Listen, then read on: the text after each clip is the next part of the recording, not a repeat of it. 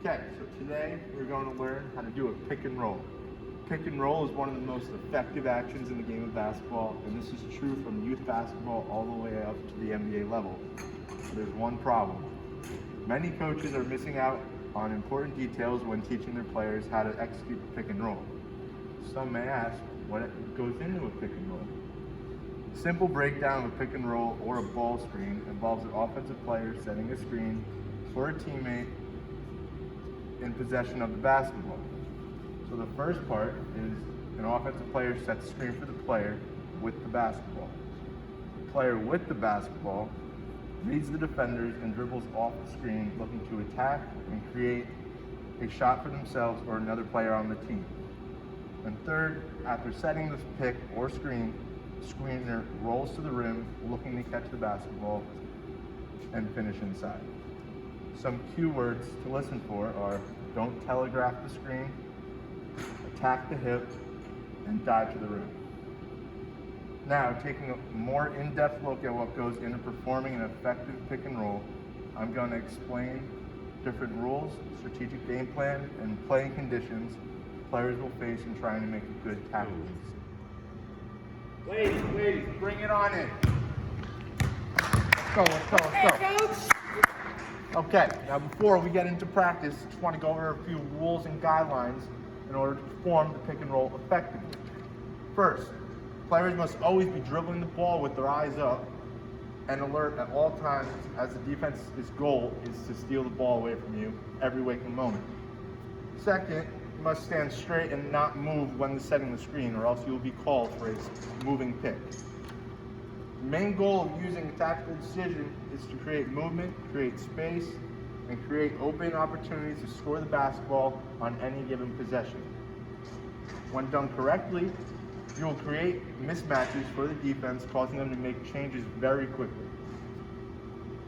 Athletes should be aware of the time on the clock, the score of the game, and the tempo of the game currently. These conditions will help the ball handler decide whether or not to use the pick and roll would benefit the team's chances in scoring the ball in that possession. Pick and rolls can be used on most plays throughout the scrimmage, but not all. Athletes must know whether the player guarding them is either tall or short, slow or fast, and where they play on the court, such as their position.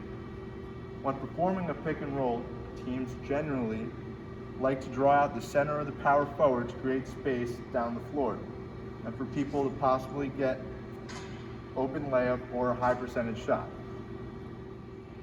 Alright, so for the first step of an effective pick and roll, we have to start with the primary ball handler, in this case Sarah, to gain separation on the defender, which is me. So now I'm going to come up and play defense on Sarah. She's going to either dribble out with back, or if she didn't use her dribble yet, use a jab step or go into a triple threat, and to see all of her options that she has available to her. Okay, now for the next step, one of the most important steps is for the other teammate on offense has to create separation from their defender before setting the screen. So now Carly's going to fake out or whatever to her defender, and she's going to come up here, set the screen on my back hip. When she sets the screen on my back hip, it's going to be tough for me to roll over the screen and slow me down in order to close out and defend the ball.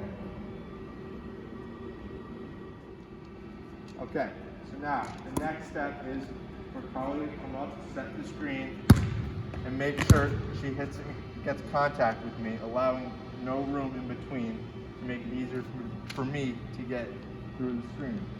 And now, once the screen is set, primary ball handler Sarah is going to come dribble, rush shoulders with her, and then dive to the rim. Ew. Alright, so the next step is for the screener to come up here and make direct contact with the defender, allowing no room for me to move. Now, after that, the ball handler is going to dribble the ball and brush shoulders with the screener and come to the rim, where she will have multiple options open to. Okay, so now for this step, we're going to have the screener roll to the rim. Now, when this happens, the primary defender is going to hedge over the screener and come defend the primary ball handler. At this point, we're going to see the ball handler evaluate their options and then whether or not they want to shoot, pass, or drive themselves. So now we're going to simulate this. You ready? All right. So now I'm the defender. I'm going to hedge over the screen. She's going to roll down the paint. She's going to pass. She'll score a nice way. Okay. So now moving on to the practice stage. Each of you guys are going to take 3 turns each in performing an effective pick and roll. The first time you are going to simulate the pick and roll, and the ball handler is going to then take a layup themselves on the first round. On the second time, the ball handler is going to come off the screen and take a spot up jumper. Okay? And then after that, for the last time, you guys are going to simulate an effective pick and roll where the ball handler comes out to the side and will find the screener playing down the wing for a nice open layup.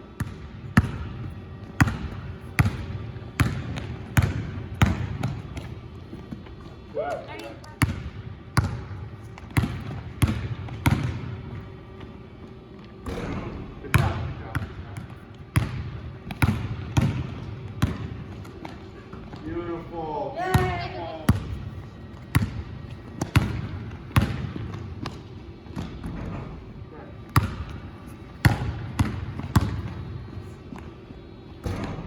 Close to no cigar. Good, good. That's like that. All right, ladies, bring it on in. Bring it on in. Let's go. Okay. So, we're going to practice today. So some really good things, as well as some things that we can improve on for next time. Is there anything that you guys have any questions about? I think we're good right now. You did a great job today. Thank you, thank you. I hope to see you guys next week at practice. Perfect. Woo! Pick and roll.